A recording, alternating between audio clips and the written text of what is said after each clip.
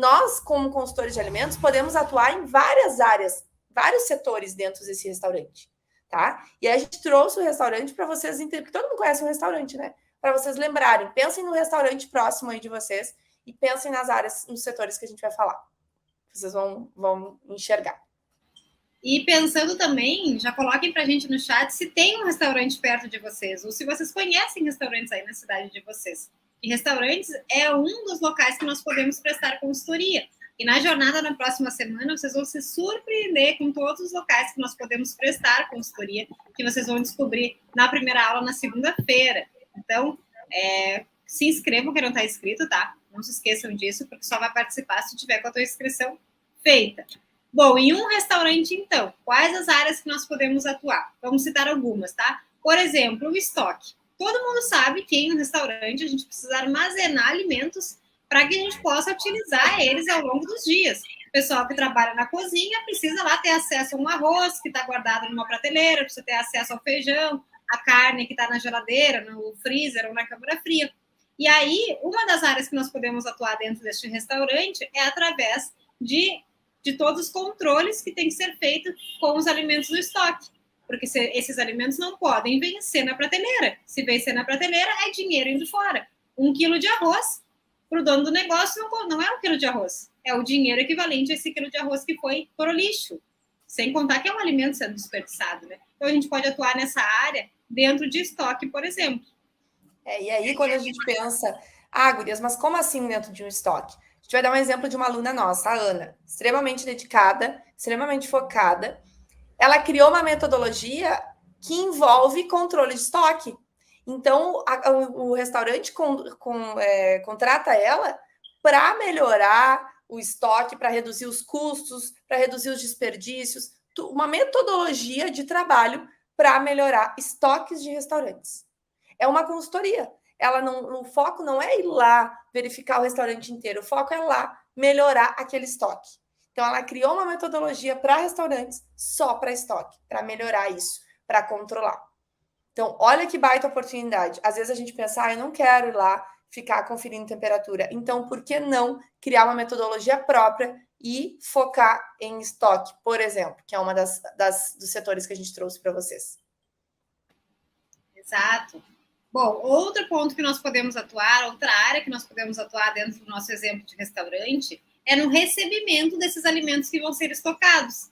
Por exemplo, a forma como a gente vai receber esses alimentos, os padrões de recebimento, quais os controles que nós temos que ter para garantir que esse alimento esteja adequado, garantir que seja possível utilizar ele. Por exemplo, se eu recebi um tomate que ele está muito maduro e esse tomate é para ser utilizado na salada de um buffet, de um restaurante self-service, então, por exemplo, talvez não seja possível, porque para salada o tomate não pode estar tão maduro. Esses padrões de recebimento, não só referentes à qualidade de boas práticas, a gente tem como atuar dentro de um restaurante. Vai fazer com que o dono do negócio não perca dinheiro. Afinal de contas, se receber um alimento inadequado, ele vai estar botando dinheiro no lixo. E aí, gente, dentro do recebimento, vou dar um exemplo para vocês. Nós atendemos um hotel e o foco era melhorar e padronizar o recebimento.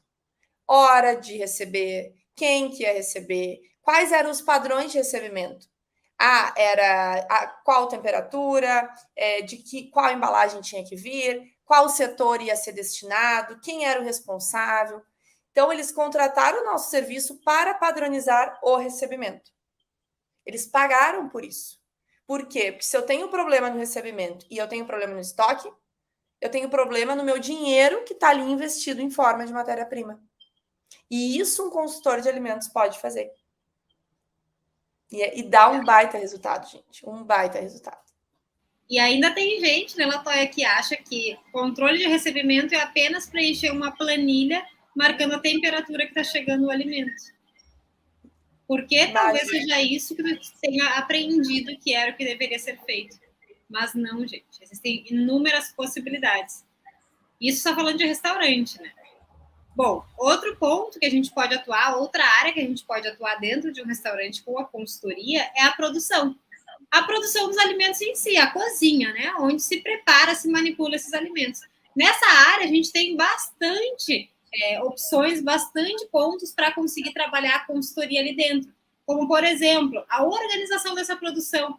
O que vai ser produzido hoje? Qual a quantidade que vai ser produzida? De que forma organizar essa produção para que não sobre? Ou então, para que essa produção não tenha retrabalho, não se faça uma quantidade muito grande, depois tem que reaquecer, e essa quantidade de alimento pode ser perdida. Todo esse planejamento e controle de produção, a gente pode atuar dentro de uma cozinha de um restaurante. E aí, junto com isso, a gente pode focar nossa consultoria e fazer consultoria de layouts produtivos, que nada mais é do que a planta da cozinha. Tem muito consultor que, às vezes, chega dentro dessa cozinha e pensa, meu Deus, como eu gostaria que essa cozinha fosse diferente.